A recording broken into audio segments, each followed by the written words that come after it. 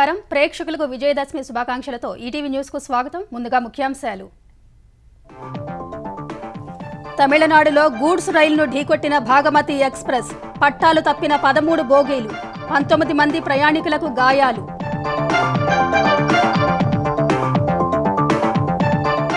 Air India విమాన ఘటనపై విచారణ, డీజీసీఏను ఆదేశించిన రామ్మోహన్ నాయుడు, హైడ్రాలిక్స్ సమస్యను తేల్చాలని సూచన.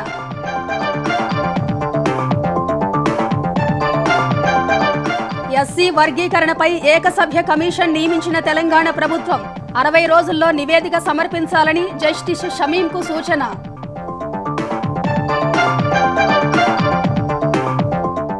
స్కిల్ యూనివర్సిటీకి నోటిఫికేషన్ జారీ చేసిన సర్కార్, తొలి విడతగా 4 రంగాల్లో నైపుణ్య శిక్షణ, ఈ నెల 29 వరకు దరఖాస్తుల స్వీకరణ.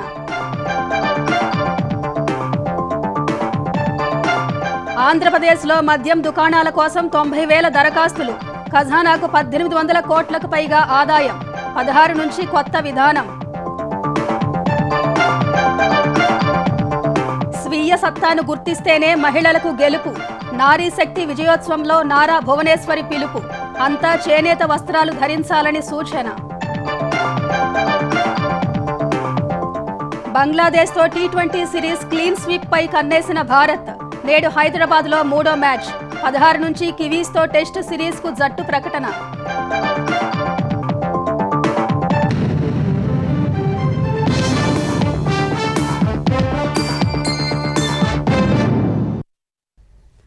తమిళనాడులో భాగమతి ఎక్స్‌ప్రెస్ లూప్ లైన్లోకి వెళ్లి గూడ్స్ రైలును ఢీకొట్టింది. 75 కిలోమీటర్ల వేగంతో ఆగి ఉన్న గూడ్స్ రైలును ఢీకొట్టగా ప్రమాదం ధాటికి భాగమతి ఎక్స్‌ప్రెస్కు చెందిన 13 బోగీలు పట్టాలు తప్పాయి. పార్సిల్ వ్యాన్తో పాటు ఒక ఏసీ బోగీలో మంటలు చెలరేగాయి. ఈ ప్రమాదంలో 19 మందికి గాయాలయ్యాయని, ఎవరూ మృతి చెందలేదని రైల్వే బోర్డు ప్రకటించింది. తమిళనాడులో శుక్రవారం రాత్రి భారీ రైలు ప్రమాదం చోటు చేసుకుంది. మైసూరు నుంచి తమిళనాడు, ఆంధ్రప్రదేశ్, తెలంగాణ మీదుగా దర్భంగా వెళ్లాల్సిన భాగమతి ఎక్స్‌ప్రెస్ తమిళనాడులోని తిరువళ్లూరు జిల్లా కవరైపెట్టై రైల్వే స్టేషన్ సమీపంలో గూడ్స్ రైలును ఢీకొంది. ఈ ఘటనలో భాగమతి ఎక్స్‌ప్రెస్ కు చెందిన 13 కోచ్లు పట్టాలు తప్పాయి. కొన్ని చెల్లాచెదురుగా పడిపోగా మరికొన్ని ఒకదానిపై మరొకటి ఎక్కాయి. సమీప గ్రామాల్లోని ప్రజలు, వివిధ శాఖల సహాయక సిబ్బంది హుటాహుటిన వచ్చి సహాయక చర్యలు చేపట్టారు. గూడ్స్ రైలును ఢీకొన్నప్పుడు ముందు భాగంలో అన్ని ఏసీ కోచ్లే ఉండడం వల్ల వాటిలో ఉండే ప్రయాణికులు గాయపడ్డారు. వారందరినీ సమీపంలోని ఆసుపత్రులకు తరలించారు. అయితే ప్రమాదంలో ప్రయాణికులెవ్వరూ మరణించలేదని దక్షిణ రైల్వే ప్రకటించింది.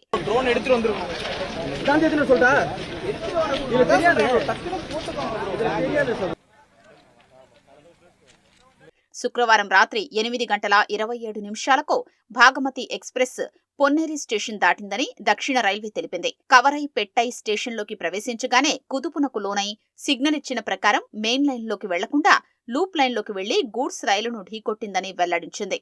ప్రమాద సమయంలో రైలు వేగం గంటకు 75 కిలోమీటర్లు ఉన్నట్లు పేర్కొంది. రైల్వే సిబ్బందితో పాటు ప్రయాణికులందరూ సురక్షితంగానే ఉన్నారని తెలిపింది.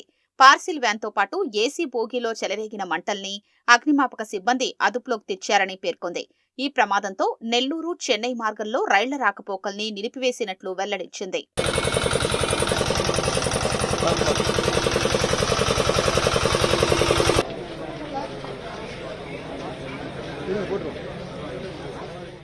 ప్రమాదం పట్ల విచారం వ్యక్తం చేసిన తమిళనాడు ముఖ్యమంత్రి స్టాలిన్ సహాయక చర్యల్ని పర్యవేక్షిస్తున్నారని తెలిపారు. ప్రయాణికుల్ని చెన్నైకు తరలించిన అధికారులు అక్కడి నుంచి గమ్యస్థానాలకు చేర్చేందుకు ప్రత్యేక రైలు ఏర్పాటు చేశారు. తమిళనాడు ఉప ముఖ్యమంత్రి ఉదయనిధి స్టాలిన్ ఆసుపత్రికి వెళ్లి క్షతగాత్రుల్ని పరామర్శించారు. తమిళనాడులో ఎయిర్ ఇండియా ఎక్స్‌ప్రెస్ విమాన ఘటనపై దర్యాప్తు చేపట్టాలని పౌర విమానయాన నియంత్రణ సంస్థ డీజీసీఏను పౌర విమానయాన శాఖ మంత్రి రామ్మోహన్ నాయుడు ఆదేశించారు. తిరుచి విమానాశ్రయం నుంచి ఎయిర్ ఇండియా ఎక్స్‌ప్రెస్ 141 మంది ప్రయాణికులతో శుక్రవారం సాయంత్రం 5 గంటల 40 నిమిషాలకు బయలుదేరింది. గాల్లోకి ఎగిరిన కాసేపటికే హైడ్రాలిక్స్లో సమస్య కారణంగా చక్రాలు లోనికి ముడుచుకోలేదు. ల్యాండ్ చేయలేని పరిస్థితి నెలకొనడంతో 2 గంటల పాటు ఆకాశంలోనే చక్కర్లు కొట్టింది. ఇంధనం తగ్గిన తర్వాత రాత్రి 8 గంటల 15 నిమిషాలకు పైలట్లు తిరిగి విమానాన్ని తిరుచి విమానాశ్రయంలోనే సురక్షితంగా దించారు. హైడ్రాలిక్స్ సమస్యకు కారణాన్ని గుర్తించాలని కేంద్ర మంత్రి డీజీసీఏకు సూచించారు. శుక్రవారం సాయంత్రం 6 గంటల 5 నిమిషాలకు అత్యవసరం ప్రకటించగానే ఎయిర్పోర్ట్ సిబ్బంది, అత్యవసర బృందాలు వేగంగా స్పందించి అవసరమైన చర్యలు తీసుకున్నాయని తెలిపారు. తెలంగాణలో కులగణన కోసం సమగ్ర కుటుంబ సర్వే జరగనుంది. ప్రభుత్వ యంత్రాంగం ఇంటింటికి తిరిగి కులంతో పాటు సామాజిక, ఆర్థిక, విద్య, రాజకీయ స్థితిగతులను సేకరించనుంది. ఈ బాధ్యతలను ప్రణాళిక శాఖకు అప్పగించిన ప్రభుత్వం 60 రోజుల్లో పూర్తి చేయాలని నిర్దేశించింది. మరోవైపు ఎస్సీ వర్గీకరణకు ప్రభుత్వం వేగంగా అడుగులు వేస్తోంది. అధ్యయనం చేసి సిఫారసు చేసేందుకు హైకోర్టు విశ్రాంత న్యాయమూర్తి జస్టిస్ షమీం అఖ్తర్ను ఏకసభ్య కమిషన్గా నియమించింది. తెలంగాణలో మరోసారి సమగ్ర కుటుంబ సర్వేకు రంగం సిద్ధమైంది. త్వరలో ఇంటింటి సర్వే జరగనుంది.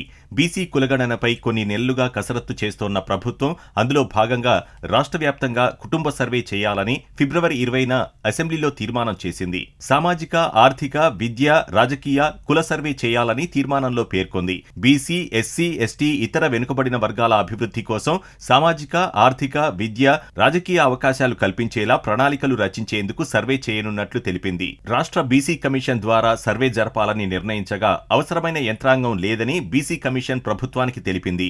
ఇతర రాష్ట్రాల్లో జరిగిన కులగణనను అధికారులు అధ్యయనం చేశారు.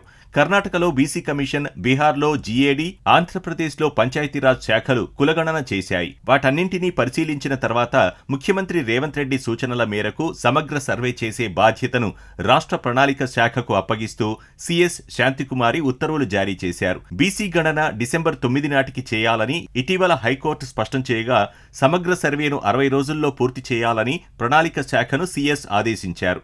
బీసీ కమిషన్కు ప్రణాళిక శాఖ మధ్య సమన్వయం కోసం ఓ సీనియర్ ఐఏఎస్ అధికారిని నియమించాలని ప్రభుత్వం భావిస్తోంది. సమగ్ర కుటుంబ సర్వేలో తేలిన లెక్కల ప్రాతిపదికన త్వరలో జరగనున్న స్థానిక సంస్థల ఎన్నికల్లో బీసీ రిజర్వేషన్లు ఖరారు చేయాలని ప్రభుత్వం ఇప్పటికే నిర్ణయించింది. ఇతర సంక్షేమ పథకాలకు గణాంకాలను ప్రామాణికంగా తీసుకునే అవకాశం ఉంది. సర్వేలో ఏ వివరాలు సేకరించాలనే అంశంపై త్వరలో తుది నిర్ణయం తీసుకోనున్నారు. మరోవైపు ఎస్సీ వర్గీకరణ కోసం ప్రభుత్వం వడివడిగా అడుగులు వేస్తోంది. సుప్రీంకోర్టు తీర్పు నేపథ్యంలో ఎలా ముందుకెళ్లాలనే అంశంపై మంత్రివర్గ ఉపసంఘాన్ని ఏర్పాటు చేయగా వర్గీకరణపై వివిధ వర్గాల నుంచి 1082 సూచనలు, వినతులు అందాయి. అధికారుల బృందం పంజాబ్, తమిళనాడు వెళ్లి ఎస్సీ వర్గీకరణను అధ్యయనం చేశాయి. పంజాబ్లో ఉద్యోగ రిజర్వేషన్లలో వాల్మీకీలు, మజాబీ సిక్కులను ఒక గ్రూపుగాను, మిగతా 37 ఉపకులాలను మరో గ్రూపుగా పరిగణిస్తున్నాయి. ఎస్సీల్లో 40% ఉన్న వాల్మీకీలు, మజాబీ సిక్కులకు 12.5%, 60% ఉన్న మిగతా 37 కులాలకు 12.5% రిజర్వేషన్ అమలు చేస్తున్నారు. తమిళనాడులో ఎస్సీల్లో 76 ఉపకులాలు ఉండగా విద్యా ఉద్యోగాల్లో 18% రిజర్వేషన్లు ఇస్తున్నారు. తమిళనాడులో 2008 మార్చి 25న ఏకసభ్య జ్యుడిషియల్ కమిషన్ను అక్కడి ప్రభుత్వం ఏర్పాటు చేసింది. కమిషన్ సూచనల మేరకు 2009లో తమిళనాడు అరుంధతీయర్ల ప్రత్యేక రిజర్వేషన్ చట్టం రూపొందించి 18% ఎస్సీ రిజర్వేషన్లలో అరుంధతీయర్లకు 3% కల్పించారు. వీటన్నింటినీ పరిశీలించిన మంత్రివర్గ ఉపసంఘం ఏకసభ్య కమిషన్ ఏర్పాటు చేయాలని సిఫార్సు చేసింది. ఆ మేరకు హైకోర్టు విశ్రాంత న్యాయమూర్తి జస్టిస్ షమీం అఖ్తర్ను ఏకసభ్య కమిషన్గా ప్రభుత్వం నియమించింది. ఉపకులాల్లో ఎవరికి ఎంత రిజర్వేషన్ ఇవ్వాలో కమిషన్ సూచించనుంది. బాధ్యతలు చేపట్టిన తర్వాత 60 రోజుల్లో నివేదిక సమర్పించాలని కమిషన్కు ప్రభుత్వం స్పష్టం చేసింది. ఎస్సీల్లో ఉపకులాలను గ్రూపులుగా వర్గీకరించి ఇప్పుడున్న రిజర్వేషన్ను విభజిస్తూ కమిషన్ ప్రభుత్వానికి సూచించనుంది. ఉపకులాల వారీగా ఎస్సీల వెనుకబాటుతనాన్ని అధ్యయనం చేయనుంది. విద్యా ఉద్యోగాల్లో ప్రాతినిధ్యంతో పాటు సామాజిక, ఆర్థిక, రాజకీయ వెనుకబాటును కూడా కమిషన్ పరిశీలిస్తుంది. ఎస్సీ వర్గీకరణ కోసం 2011 జనాభా లెక్కలను ప్రాతిపదికగా తీసుకోనున్నారు.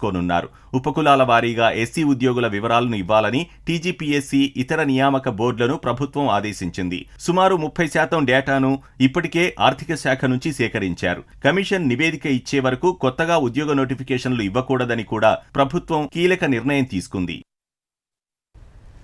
తెలంగాణ స్కిల్ యూనివర్సిటీలో వచ్చే నెల 4వ తేదీ కోర్సులు ప్రారంభం కానున్నాయి. ఈ మేరకు వాణిజ్య పరిశ్రమల శాఖ వివరాలు వెల్లడించింది. Logistics, e commerce, health care, pharmaceuticals, life sciences విభాగాల్లో యువతకు నైపుణ్యాలు పెంపొందించిన విధంగా శిక్షణ ఇవ్వనున్నారు. ఆసక్తి గల యువత యంగ్ ఇండియా స్కిల్ యూనివర్సిటీ అధికారిక వెబ్సైట్లో దరఖాస్తు చేసుకోవాలని అధికారులు సూచించారు.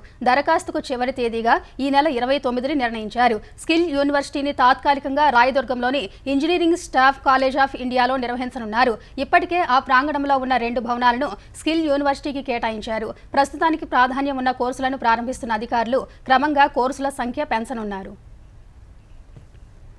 విద్యుత్ ఉత్పత్తితో పరిశ్రమ సొంత అవసరాలు తీర్చుకునేలా తెలంగాణ ఆయిల్ ఫెడ్ వడివడిగా అడుగులు వేస్తోంది. ఇప్పటికే భద్రాద్రి కొత్తగూడెం జిల్లా దమ్మపేట మండలం అప్పారావుపేట పామాయిల్ పరిశ్రమలో 4.5 మెగావాట్ల విద్యుత్ ఉత్పత్తి జరుగుతూ ఉండగా తాజాగా అశ్వరావుపేటలోని పామాయిల్ పరిశ్రమలో 2.5 మెగావాట్ల విద్యుత్ ఉత్పత్తి యూనిట్ ప్రారంభానికి సిద్ధమైంది. 36 కోట్లతో నిర్మించిన ఆధునిక టర్బైన్ను తెలంగాణ ఉప ముఖ్యమంత్రి మల్లు భట్టి విక్రమార్క, మంత్రులు తుమ్మల నాగేశ్వరరావు, పొంగులేటి శ్రీనివాసరెడ్డి, కోమటిరెడ్డి వెంకటరెడ్డి నేడు ప్రారంభించనున్నారు. పామాయిల్ పరిశ్రమలో గానుగా ఆడగా వచ్చే ఖాళీ గెలల ద్వారా 2.5 మెగావాట్ల విద్యుత్తును ఉత్పత్తి చేసి పరిశ్రమ అవసరాలు తీర్చేలా టర్బైన్ను రూపొందించారు. ఈ కారణంగా ఏడాదికి 1,50,00,000 నుంచి 1,80,00,000 రూపాయల వరకు విద్యుత్ బిల్లు ఆదా కానుందని అధికారులు తెలిపారు. పామాయిల్ పరిశ్రమకు నిరంతరాయంగా విద్యుత్ సరఫరా జరుగుతుందని చెప్పారు. ఆంధ్రప్రదేశ్లో మద్యం దుకాణాల లైసెన్సుల కోసం దరఖాస్తులు వెల్లువెత్తాయి. అర్ధరాత్రి వరకు దాదాపు 90,000 దరఖాస్తులు వచ్చి ఉంటాయని, 1,800 కోట్ల రూపాయల వరకు ఆదాయం సమకూరుతుందని అధికారులు అంచనా వేస్తున్నారు. దరఖాస్తుల సవరణకు శుక్రవారంతో గడువు ముగియగా రాత్రి 11 గంటల వరకు 89,643 దరఖాస్తులు అందాయి. కొన్ని చోట్ల దరఖాస్తుదారులు లైన్లలో వేచి ఉండడం, కొందరు ఆన్లైన్లో రిజిస్ట్రేషన్లు చేసుకోవడం వల్ల మొత్తం దరఖాస్తులు 90 లక్షలు దాటొచ్చని ప్రభుత్వ వర్గాలు అంచనా వేస్తున్నాయి.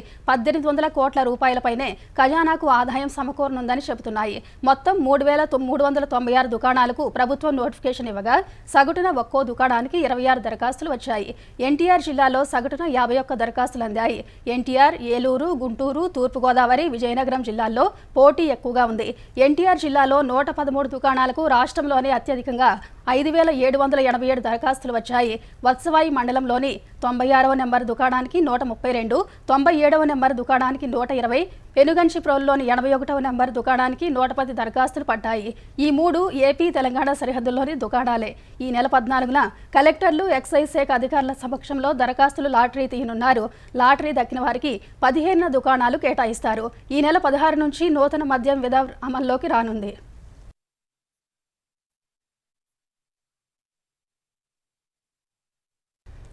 వైసీపీలో జగన్ నుంచి కార్యకర్త వరకు అందరూ ఫేక్ ప్రచారమే ఆయుధంగా రాజకీయాలు చేస్తున్నారని ఆంధ్రప్రదేశ్ ఐటీ శాఖ మంత్రి నారా లోకేష్ అన్నారు.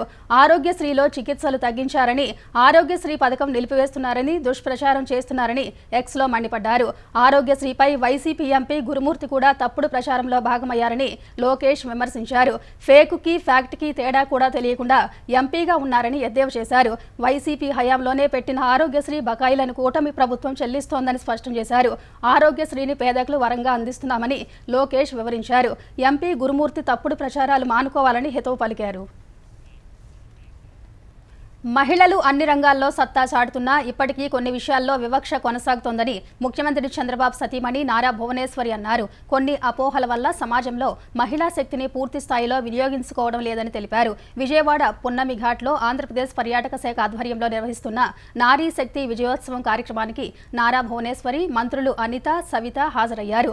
ఈ సందర్భంగా వరదలను సమర్థంగా ఎదుర్కొన్న 9 మంది మహిళలకు నారా భువనేశ్వరి సారె అందించారు. పండుగ రోజు మహిళలందరినీ గౌరవించేందుకు నారీ శక్తి విజయోత్సవం పేరుతో ప్రభుత్వం కార్యక్రమం నిర్వహించడం అభినందనీయమని భువనేశ్వరి చెప్పారు. మహిళల్ని ఎలా గౌరవించుకోవాలో తెలిపే వేదికగా నారీ శక్తి విజయోత్సవం నిలవాలని హోంమంత్రి వంగలపూడి అనిత అన్నారు. ఈ సందర్భంగా డ్రోన్లతో నిర్వహించిన ప్రదర్శన ఆకట్టుకుంది.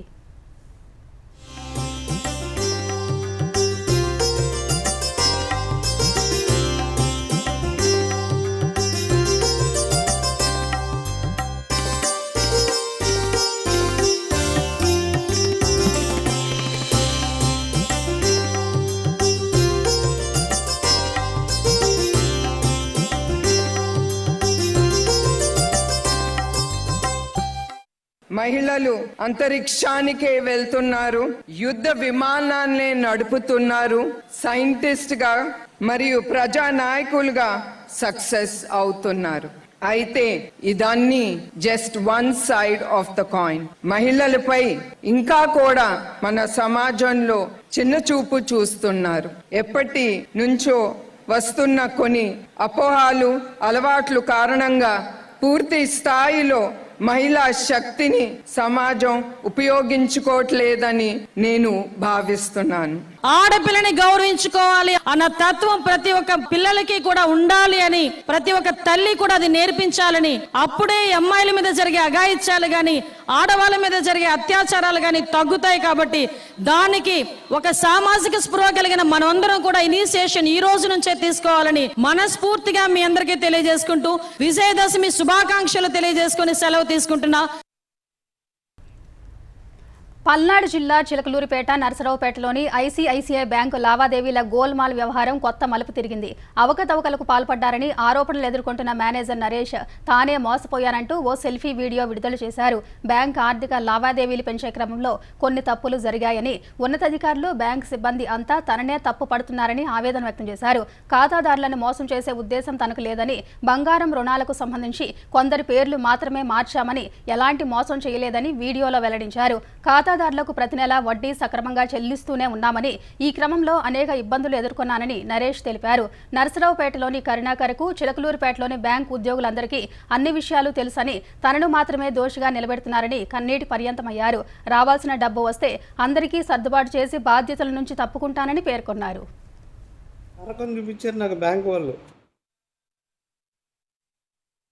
ఒక్కరిది కస్టమర్ది కూడా నాకు తెలిసిన నాకు కస్టమర్ది ఏదైతే నేను అది తీసానో, చెక్కులు తీసానో, డీటెయిల్ తీసానో వాళ్ళందరికీ నేను క్లియర్ చేశాను.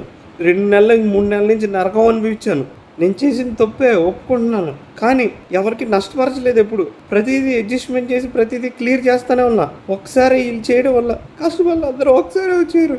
నాకు రావాల్సిన అమౌంట్ బయట ఉంది. నేను ఏదైతే ఇన్వెస్ట్మెంట్ చేయించాను, ఆ ట్రేడింగ్, టీపీఎఫ్, సిఎస్ఆర్ ఫండ్ ఏదైతే ఉందో ఆ అమౌంట్ రావడానికి నేను ఏదైతే కష్టపడుతున్నానో, ఏదైతే చేస్తున్నానో ఆ అమౌంట్ వచ్చిందంటే ప్రతి ఒక్కరికి అమౌంట్ క్లియర్ అయిపోతుంది.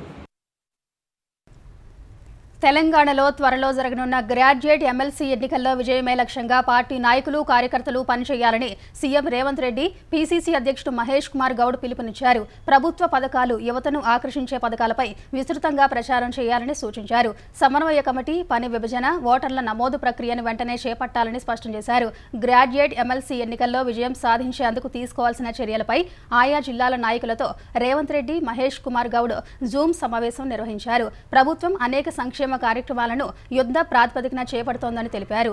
డిఎస్సి ద్వారా 11,000 ఉద్యోగాలు, ఉద్యోగ నోటిఫికేషన్లు, టీచర్లకు ప్రమోషన్లు, బదిలీలు, రుణమాఫీ, skill sports, handloom technology university లాంటి అనేక విప్లవాత్మక కార్యక్రమాలు చేపడుతున్నట్టు యువతకు తెలియజేయాలని సూచించారు. గ్రాడ్యుయేషన్ పూర్తి చేసి ఉద్యోగాల కోసం వేచి చూస్తున్న యువతను ఓటర్లుగా నమోదు చేయించి వచ్చే ఎన్నికల్లో వారంతా కాంగ్రెస్ వైపు ఉండేలా చూడాలన్నారు.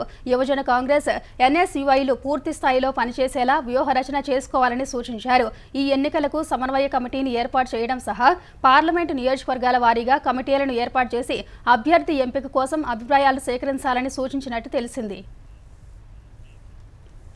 అన్నారం, సుందిళ్ల జలాశయాల్లో నీరు నిల్వ చేయాలా వద్దా అన్న అంశంపై మరికొన్ని పరీక్షలు, మరిన్ని వివరాల అనంతరం నెలాఖరులోగా స్పష్టత ఇస్తామని జాతీయ డ్యామ్ సేఫ్టీ అథారిటీ నిపుణుల కమిటీ తెలిపింది. తెలంగాణ నీటిపారుదల శాఖ మంత్రి ఉత్తమ్ కుమార్ రెడ్డి నేతృత్వంలోని రాష్ట్ర బృందం ఢిల్లీలో ఎన్డీఎస్ఏ నిపుణుల కమిటీతో చర్చలు జరిపింది.